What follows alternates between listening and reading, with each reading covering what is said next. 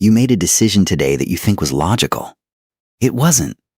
In fact, almost every decision you made today was driven by a part of your brain you can't even see. And the most shocking part?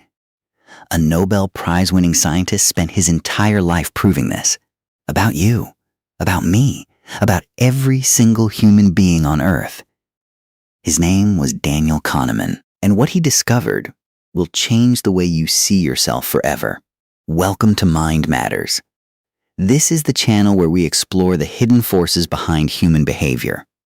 We go deep into psychology, neuroscience, and real-life stories to help you understand why you think, feel, and act the way you do. If that sounds like something you need in your life, hit that subscribe button. It costs you nothing, but it might change everything. Now, let's talk about the biggest lie your brain tells you every single day. Section 1, the man WHO studied mistakes. Picture this. It's 1969. A psychology classroom in Jerusalem. Two men are sitting across from each other.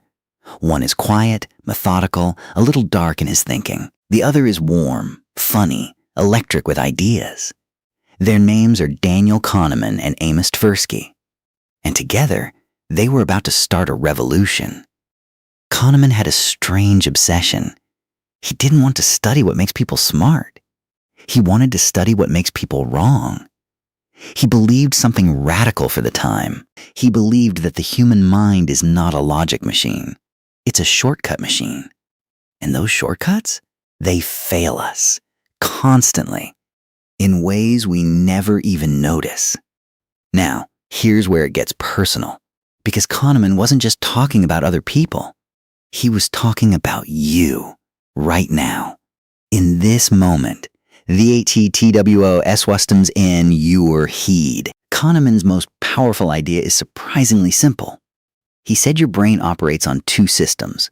He called them System 1 and System 2. System 1 is fast. It's automatic, emotional, instinctive. It's the part of you that flinches when someone throws something at your face. It's the part that reads the word fire and feels alarm before you even think.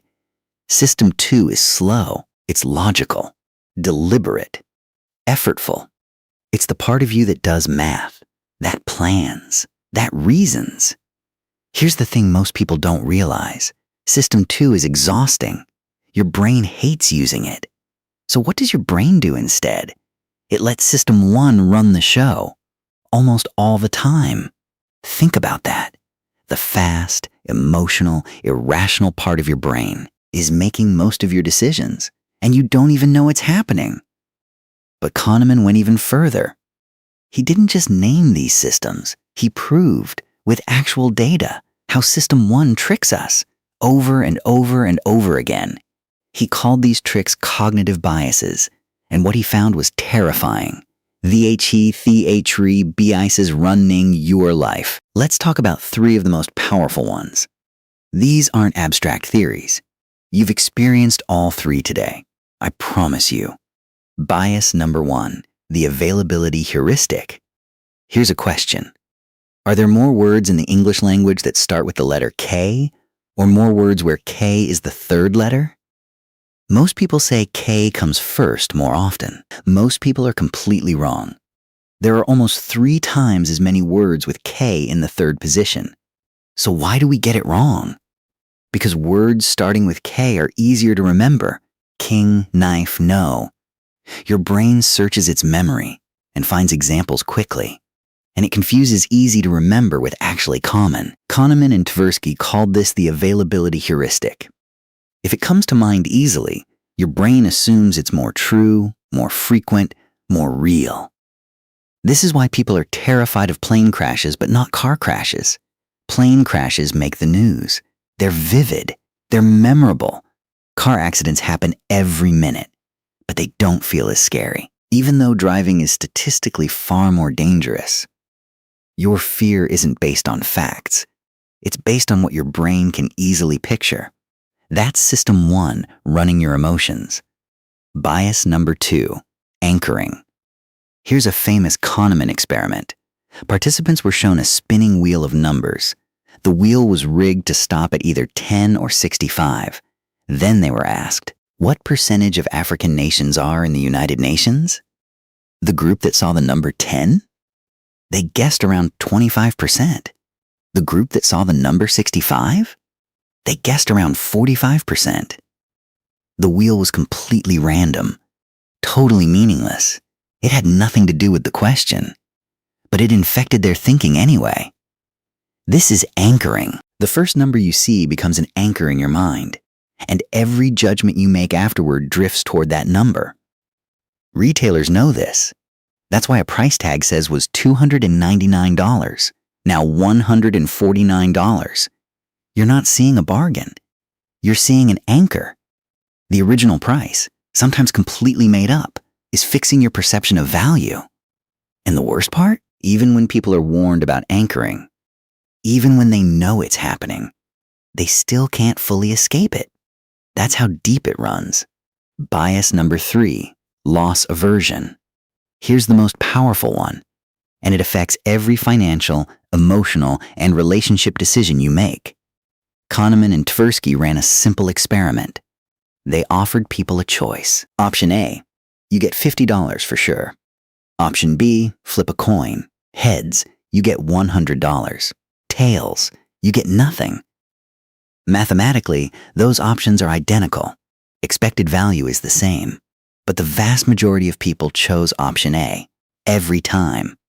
Then they flipped it. Option A, you lose $50 for sure. Option B, flip a coin. Heads, you lose $100. Tails, you lose nothing. Now, people suddenly love the gamble, even though the math is still the same. What does this tell us? The pain of losing something is roughly twice as powerful as the joy of gaining the same thing. Kahneman called this loss aversion. This is why you stay in a bad job too long, because leaving feels like losing something, even when staying is slowly destroying you. This is why you hold on to a terrible investment, hoping it'll bounce back, because selling feels like admitting defeat. Loss aversion keeps people in bad relationships, in broken routines, in lives they never chose, all because the brain is wired to avoid loss more than it chases gain. The he moment Kahneman realized wasn't I immune. Here's something Kahneman wrote in his memoir that stopped me cold.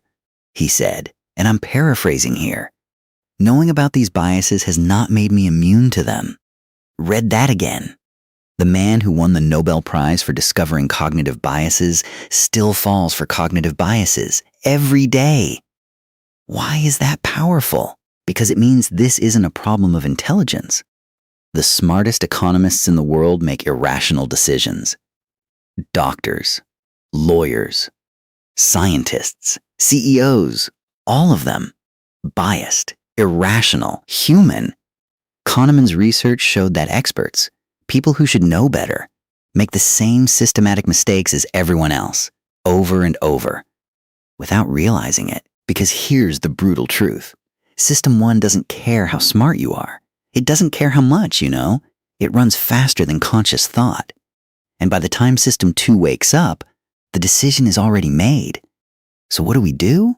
Are we just stuck? No. And that's exactly what we're going to talk about next. Kahneman didn't just identify the problem. He pointed toward the solution.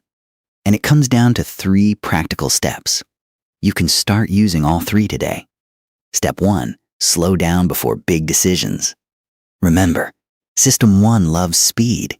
It makes snap judgments, fast calls, gut reactions. Your job is to deliberately force System 2 online. How?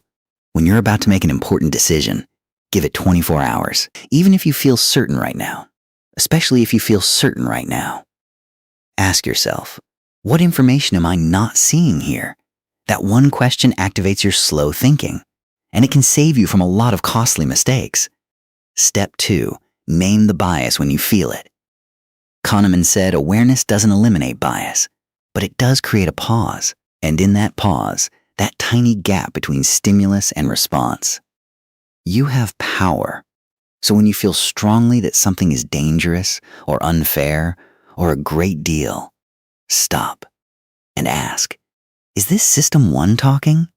Am I being anchored? Losing aversion? Availability heuristic? You don't have to know the answer. Just asking the question changes how your brain processes the information.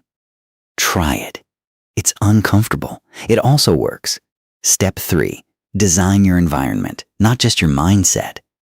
This is the most powerful one, and it's the one most self-help books completely ignore.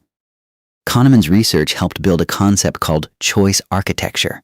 The idea is simple. If you can't change your biases, change the environment they operate in. Want to save more money? Set up automatic transfers.